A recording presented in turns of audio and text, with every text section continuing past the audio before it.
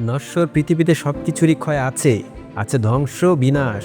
কিন্তু কিছু কিছু জিনিস কিংবা কিছু কিছু মানুষের জন্ম হয় যেন নশ্বর পৃথিবীতে অবিনশ্বর হয়ে থাকার জন্য।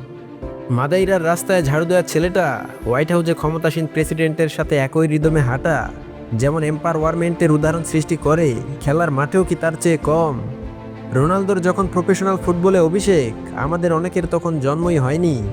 বিংশ শতাব্দীর হিসাব টানলে সবার জন্মই রোনালদোর অভিষেকের পরে।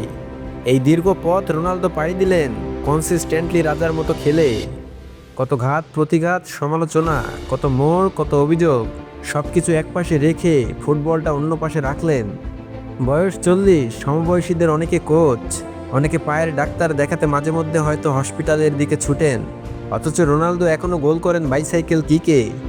বয়স কেবলই সংখ্যা, এসব প্রবাদ আমরা কথার কথা হিসেবে ধরে নিতাম। কিন্তু কেউ কেউ থাকেন এসব প্রবাদ, কল্পকথা কিংবা রূপকথার ঊর্ধ্বে। রোনালদো এই ক্ষণজন্মা তালিকায় সবার উপরে।